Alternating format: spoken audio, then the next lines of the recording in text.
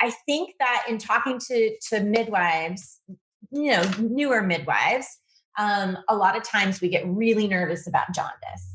So what I always talk to my clients about is there's pathologic jaundice and there's physiologic jaundice. And so it is normal for the baby's body to break down the extra red blood cells. And it's similar. Yes. It's similar to when you get a bruise. So you have extra red blood cells in that area. And then as it starts to kind of break down, you get that yellow color right before the bruise goes away. Mm-hmm. So what's happening in jaundice is very similar.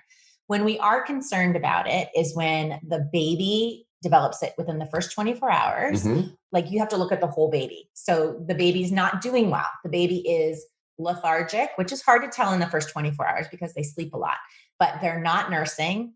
They're not eliminating well, and they're continuing to get more yellow.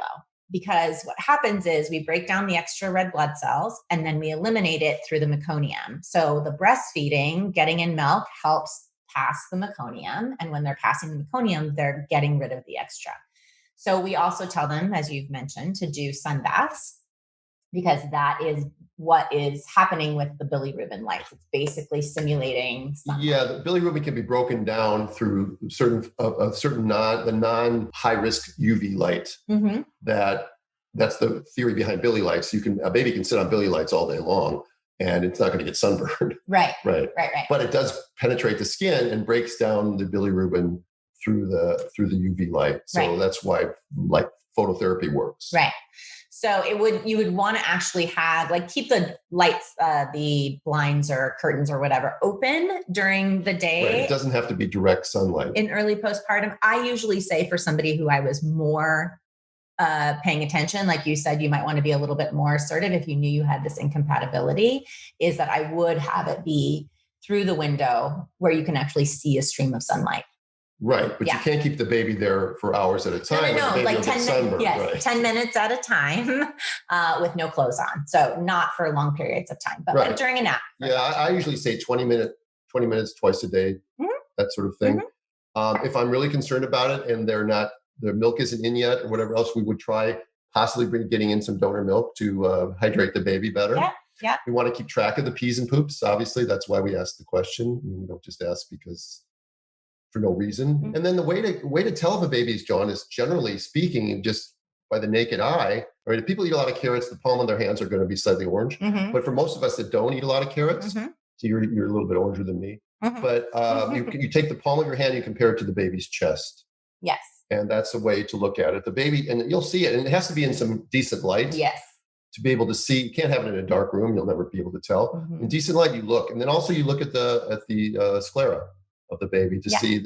Normally the sclera are going to be white or maybe slightly gray, but if they're jaundiced and it's severe, they're going to start to turn yellow. Yes, and that's a potential problem. And then you definitely need to get in touch with your pediatrician because there are certain. At that point, you might need a blood test to determine what the bilirubin level is, and if it's really too high, then going in or getting, if we have portable Billy lights, but most people in the world don't have access to portable Billy lights, going in, the baby will get an IV to hydrate it and will get put under lights. And it turns around really pretty quickly. They might be in the hospital for 24, 36 hours. Yeah.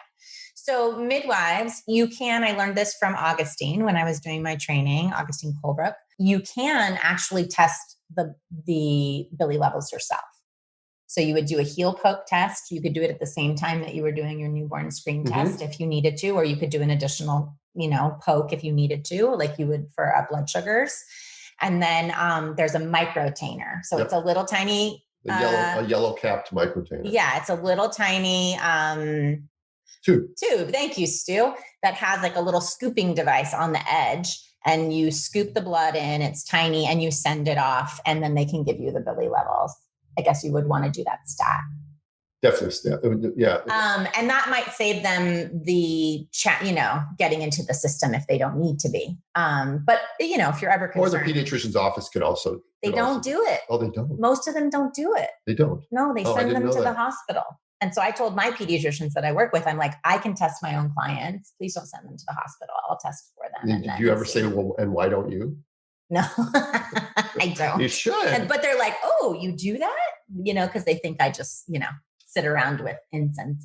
But also I just wanted to emphasize looking at the whole baby.